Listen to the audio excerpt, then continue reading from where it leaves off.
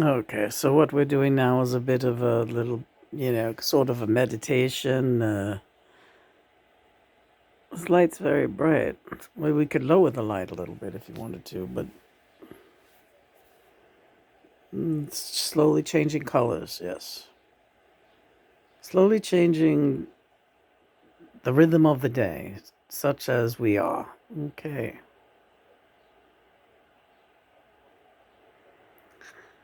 So, let's just talk a little bit about what we've been up to for the last 48 hours or so.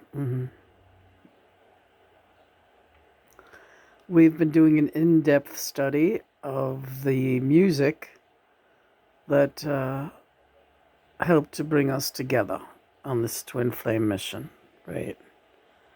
Most notably, concentrating on the albums of Matthew Sweet, Amy Mann, Michael Penn,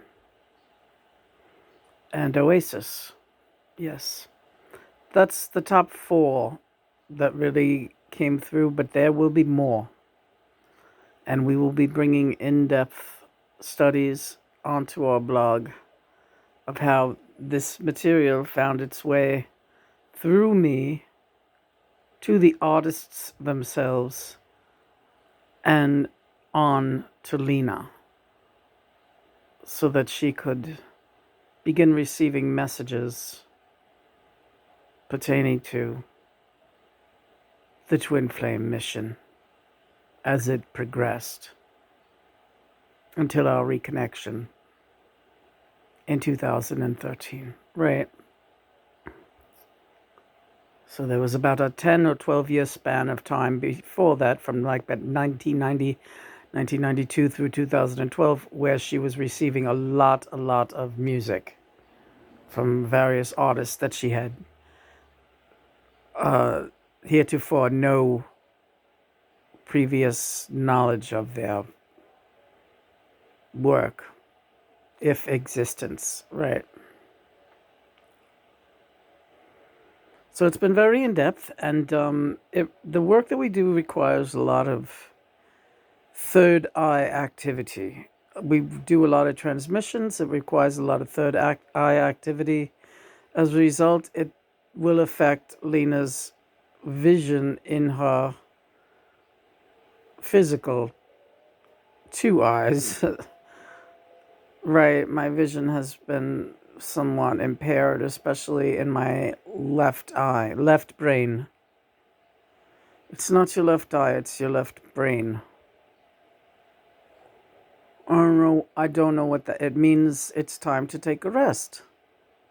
We've been working for 48 hours with very little stops in between.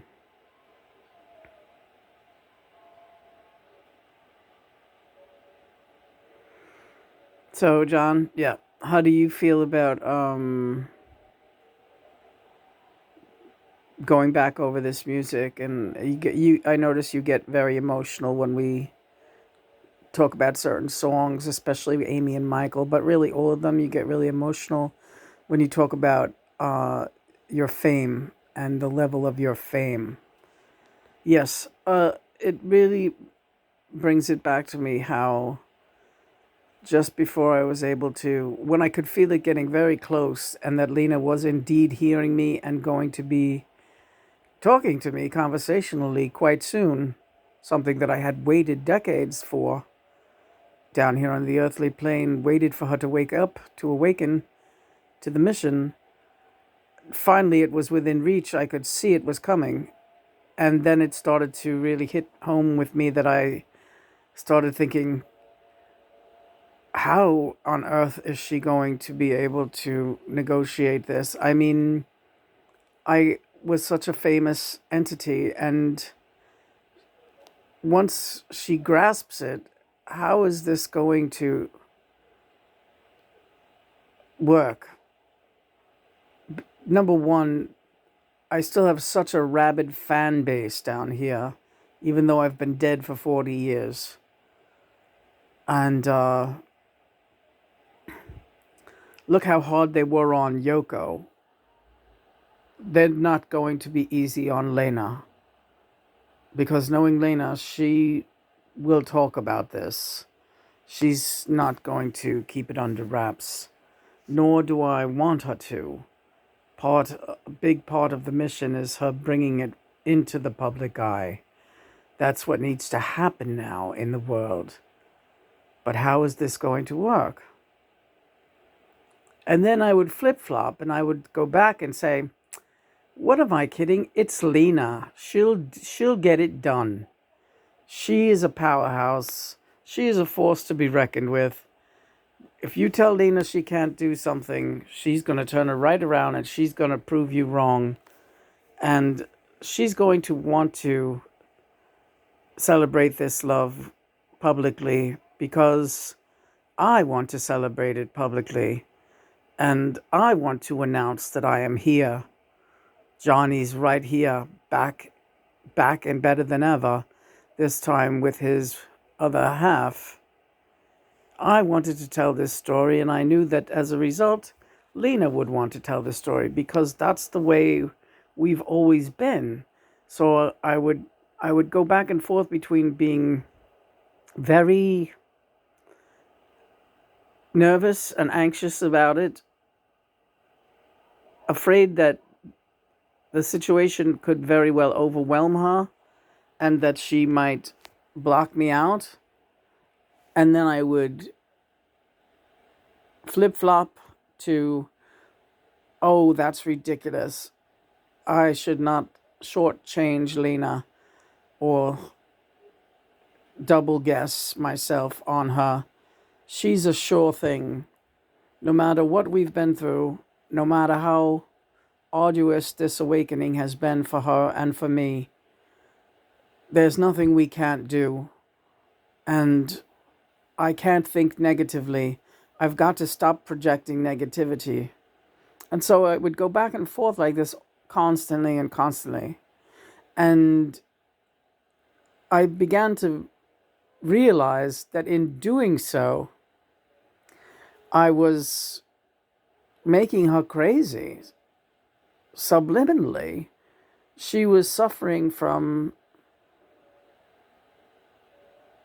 my anxiety within her psyche without her realizing that it was me that was causing her to have these jitters or uncertain feelings that she could not quite express, understand, or relate to many a time.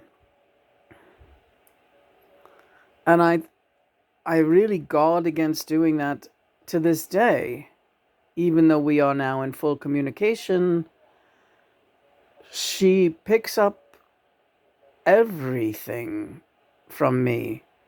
So if I have any doubts about something, or if I get the least little bit nervous about anything, she's like a hunting dog. Her head whips around. What, John, what? What is it, John, what? I can't get away with anything.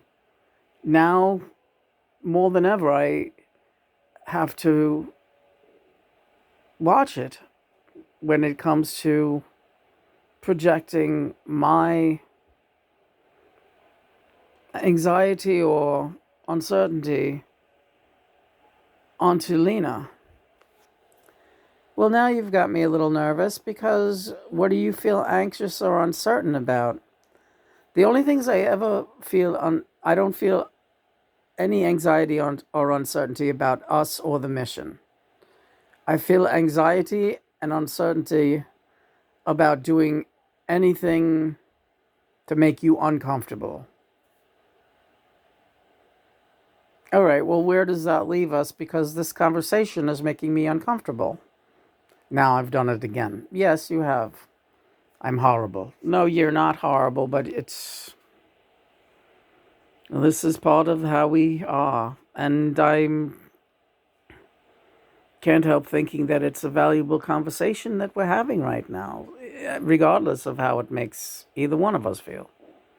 Because it's better to talk about things than to not talk about them. All right.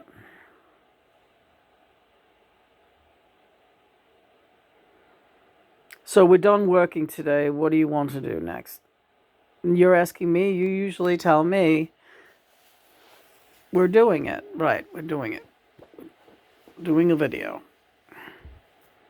I mean, we were up late last night until the early morning working on that other project for the John and Lena dance project. It's a great project and it's a worthy project, but what? It's exhausting. It is exhausting. And it's not just exhausting because of the actual physical labor and the computer work and the going back and forth uh, with lyrics with Shanti Veda and so on and so forth, and getting everything typed up and sent over and cut and paste and whatever it is that we have to do, song by song, album by album. But it emotionally, I think more. Right. Emotionally, we have to take like frequent breaks because I will just start crying or John will just start crying. And this reconnection that we're covering now again happened over 10 years ago. And it's just as fresh when we go through these songs, when we go through these the phenomenon that we went through together. Oh, that looks pretty. Yeah, we got a light show going here this afternoon and a thunderstorm here in New York. But to not to digress, we get so emotional. Yes, we get absolutely besides ourselves, and we have to like comfort each other. Like, oh, there, it's okay. We're together now. We made it. But yes, that was a hard time when that was happening, and yes, that was painful when that was happening, and yes, I missed you so much, and I didn't even know I was missing you, and oh my God, did I miss you? And now it's like we knew how much we missed each other, and somehow that is painful, and it's like we can laugh a little bit about it now, right? Yeah, we can laugh a little bit about it now.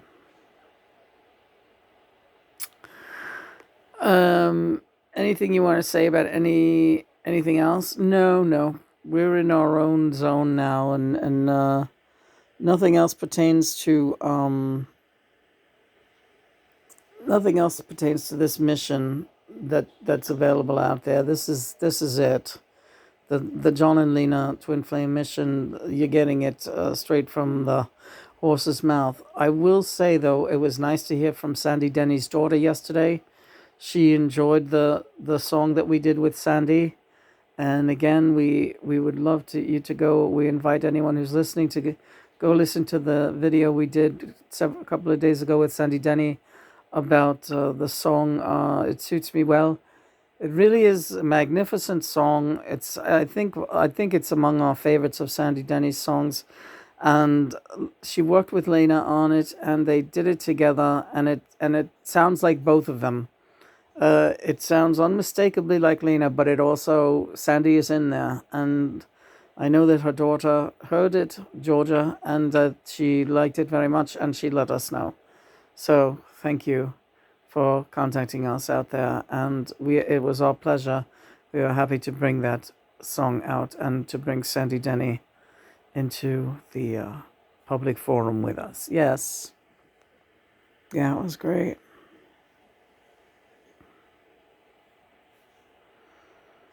All right, I think we're gonna get going. Yeah. So, I drew a card for you earlier. Six of Wands. Good job. Well done. Celebrate. Now is the time to take the rest of the day off. We'll rest those eyes. We'll do a little deep tissue massage on your shoulders and on your knees.